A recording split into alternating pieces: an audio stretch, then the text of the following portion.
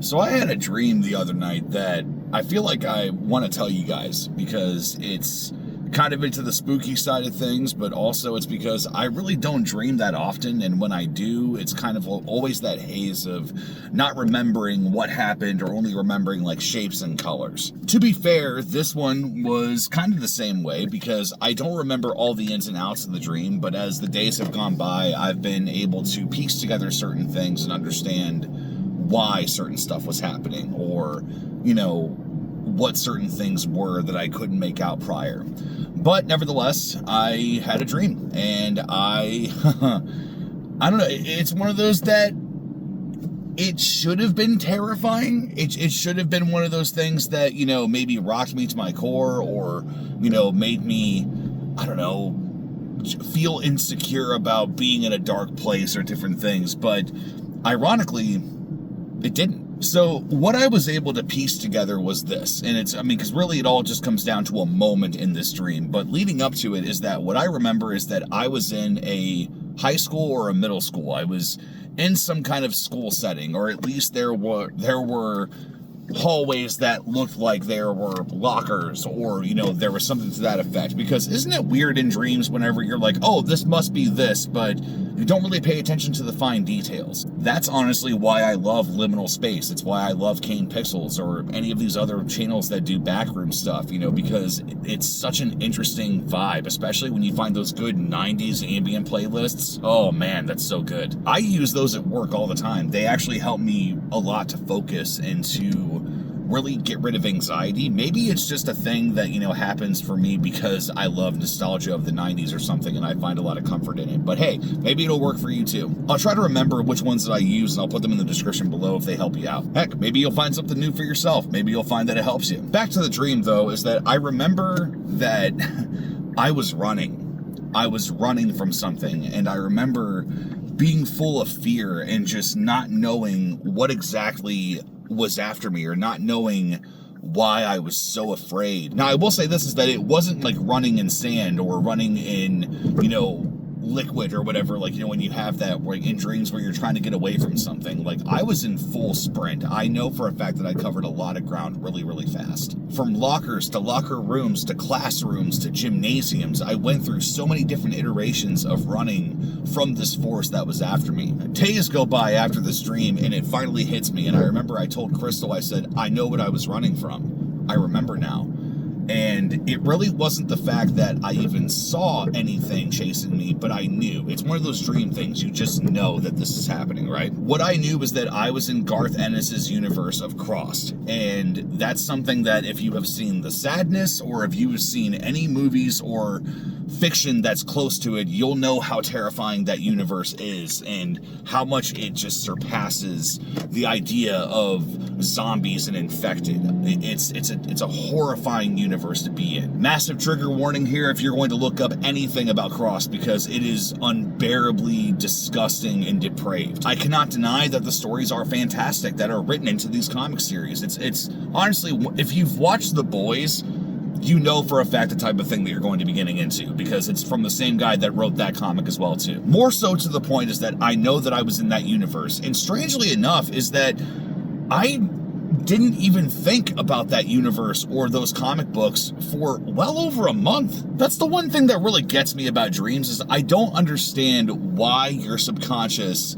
hangs on to things and kind of puts it like in the invisible layer of your brain that you don't think about, and then randomly it just sprouts up. But either way, that's where I was. I was in the Crossed universe, and I was running for my life. And I remember thinking to myself, I'm away from any danger, but I need to run further to be able to get away from even more danger, or the possibility of something happening, you know? So I come into this area that it almost kind of looked like a church area. If you've ever been to church in the 90s, especially if you went to like a Grace Brethren church, or maybe even a Baptist church, but they would always have these almost like, I don't know how you would describe them, these plastic chairs with no arms that they essentially, you know, were just one solid piece of plastic. And they always had two of those screws in the center backs that would zap you if you would touch it. And you're never ready for it. You're never ready for those screws ever. It's always the fact if you're like, haha, I have defeated it. I will no longer be shot. Fuck! I remember running into this room where there was a circle of them. There was a full circle of them, and there were reds, there were oranges, there were blues. Then I looked at a very specific one, and it looked like there was this man that had his feet on the chair. He's facing the back of the chair with his head contorted, twisted underneath of his body, almost like with his hands behind his neck, you know? And I remember I forgot about the universe. I forgot about where I was. I forgot about the danger that was behind me. And then all the focus went on this gentleman. And then he stood up. He was very, very tall. He had white eyes. He had a white goatee that was very, very long. And I remember thinking to myself, I should be scared.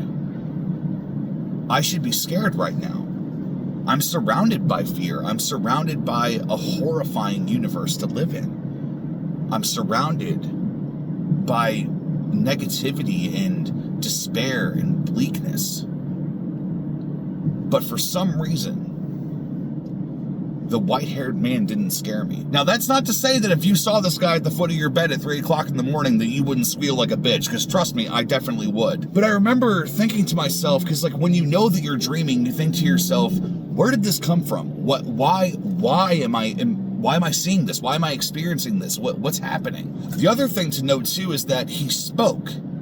He didn't have an aggressive sounding voice. It wasn't anything that was horrifying or was in any way that, you know, made me feel uncomfortable. And I also know for a fact that he wasn't one of the cross, because he didn't have the cross, you know, rash on his face. But he spoke, and then I remember that I spoke, but the sentences weren't communicating with each other. It's like they existed on their own. And then the next thing I knew, I woke up, and I think it was about 7 o'clock in the morning. It was a Saturday, and I just decided, you know what? It kind of tripped me out a little bit, so I went upstairs, I made coffee, and yeah, I started my day. Maybe there's some kind of lesson in this, in the fact of, you know, the degree of scare that, you know, maybe something that would have scared me, you know, very, very much, being inside of an environment like the crossed universe, you know, it's like paranormal. It's like, whatever, dude, that's not going to harm me. Because I do have a part of me that wonders if I ever will see something one day. I wonder if I'm ever going to be shocked by something, or that, you know, that something out of the corner of my eye, or in the darkness of the house that I live in, or, you know, camping and something like, you know, spooky happens. Those things do really trip me out. So I don't know, maybe if it was a way of my mind telling me to just, you know, hey, suck it up, you're fine. It could be a whole hell of a lot worse. Or maybe I just need to stop doing internet deep dives. I don't know. But I'm curious about what you guys think. We'll talk to you guys soon.